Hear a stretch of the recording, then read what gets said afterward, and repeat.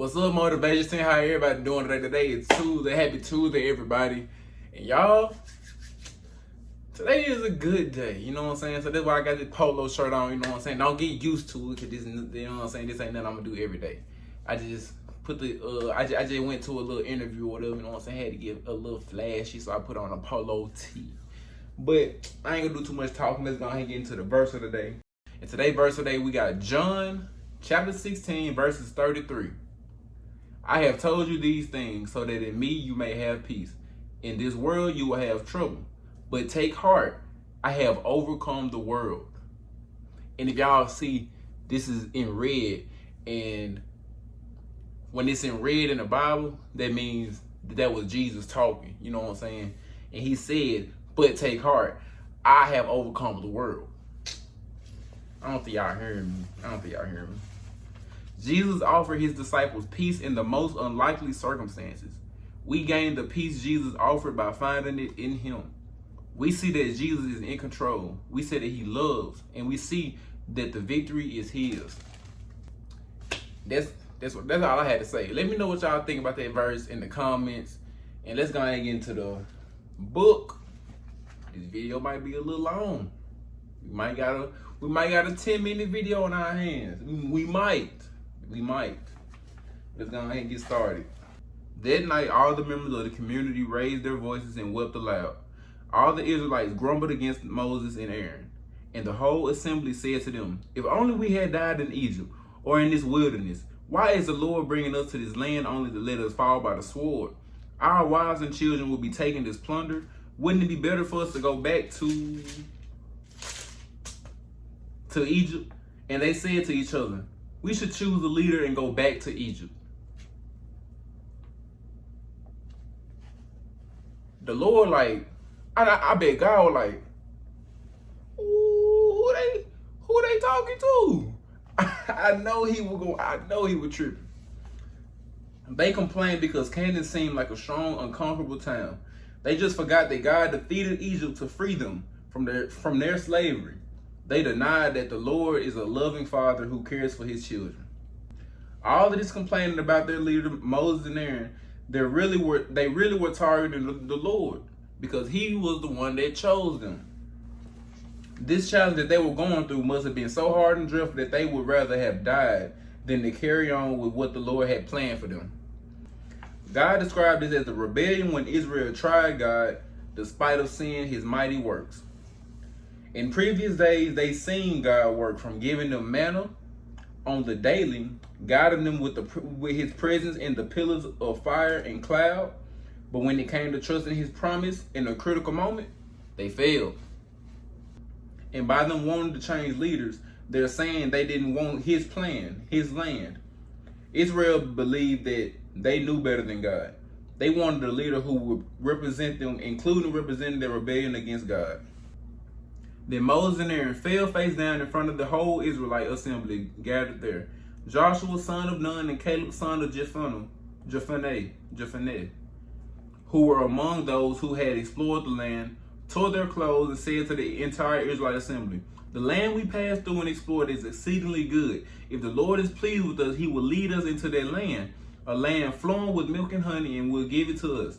Only do not rebel against the Lord, and do not be afraid of the people of the land, because we will devour them. Their protection is gone, but the Lord is with us. Do not be afraid of them. Joshua and Caleb saw the land, and if God promised Israel could take possession of that land, they could trust that promise. So Joshua and Caleb was trying to get them to go on and take control and let's go into the land. Like God said that this is for us. And they wanted to kill Joshua and Caleb for calling them to forsake their unbelief and to trust God. So the people, they had unbelief, while Joshua and Caleb was like, what are y'all talking about? Like, let's trust God. I think that's what's going on. Y'all hit me out in the comments below. I was just sitting there struggling for about 10 minutes trying to figure out exactly what was going on, but I think I got it. So God has been nothing but good to the Israelites during the whole journey, and their rejection of God made no sense. So God was willing to give Israel what they deserved, which was judgment. Y'all know God's judgment can be We gonna see. Moses said to the Lord, then the Egyptians will hear about it. By your power, you brought these people up from among them, and they will tell the inhabitants of this land about it. They have already heard that you, Lord, are with these people, and that you, Lord, have been seen face to face, that your cloud stays over them, and that you go before them in a pillar of cloud by day and a pillar of fire by night. If you put all these people to death, leaving none alive, the nations you have heard this report about you will say, the Lord was not able to bring these people into the land he promised them on oath, so he slaughtered them in the wilderness. Moses didn't think about the proposal. He thought about the nation, and he had love for them despite their rebellion. Now may the Lord's strength be displayed just as you have declared. The Lord is slow to anger, abounding in love and forgiving sin and rebellion. Yet he does not leave the guilty unpunished. He punishes the children for the sin of the parents to the third and fourth generation. In accordance with your great love, forgive the sin of these people, just as you have pardoned them from the time they left Egypt until now. So what Moses is displaying is intercession. The heart of Moses was totally other-centered. Like he was only caring about everybody else.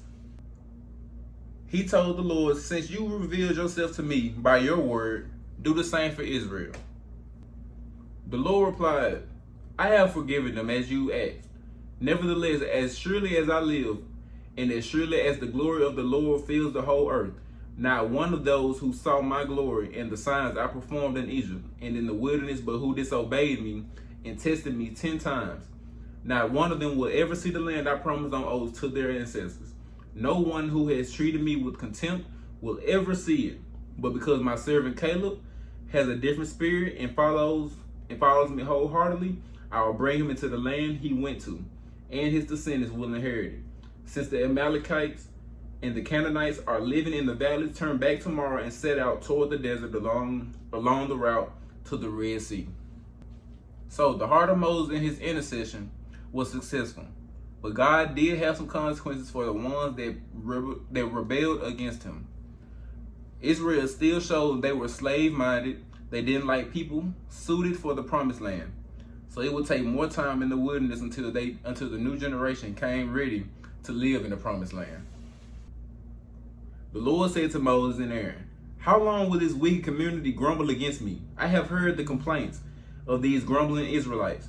So tell them, as surely as I live, declares the Lord, I will do to you the very thing I heard you say. In this wilderness, your bodies will fall, every one of you 20 years old and more, who has counted in the census and who has grumbled against me.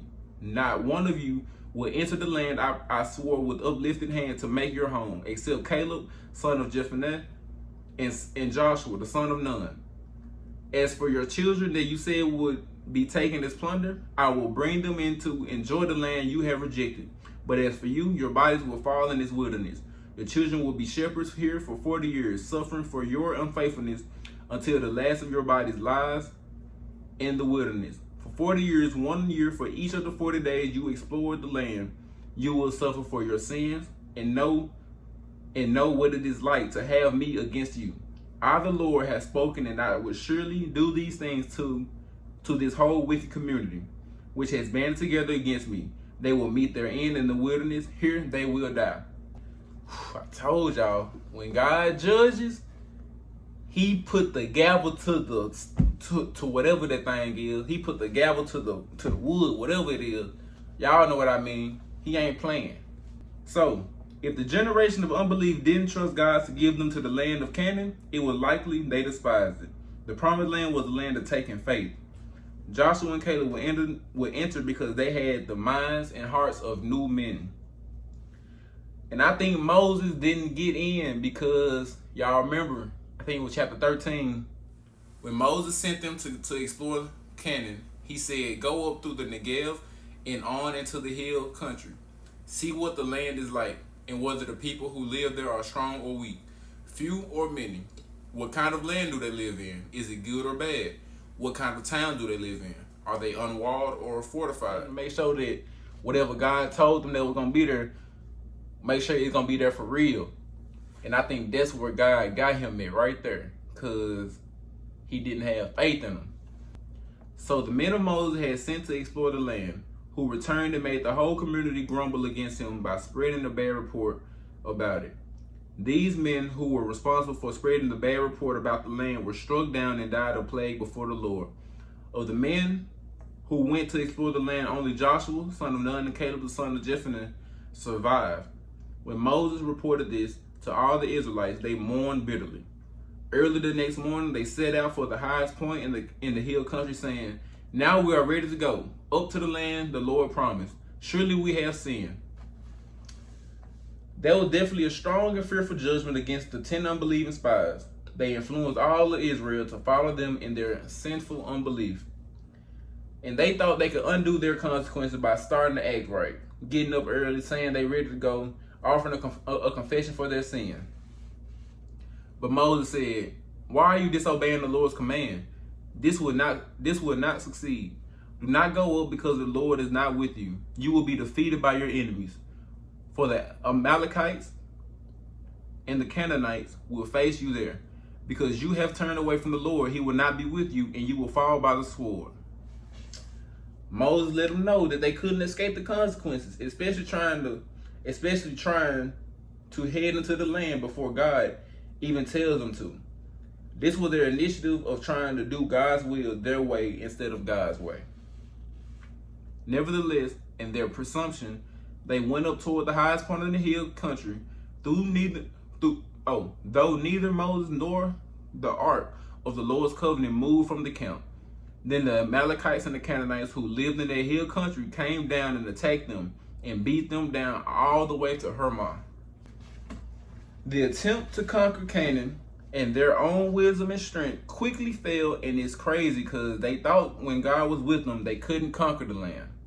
And now without God, they think that they could conquer the land. And y'all see, they failed. And that's going to be it for today. Y'all let me know if y'all enjoyed it. I believe this video might be 10 minutes.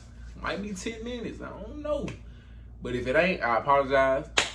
But let me know if y'all enjoyed it. Please let me know what y'all think about the verse of the day. John 16 verses 33. And yeah, that's it. Y'all have a great day. I'll see y'all tomorrow. I'm out.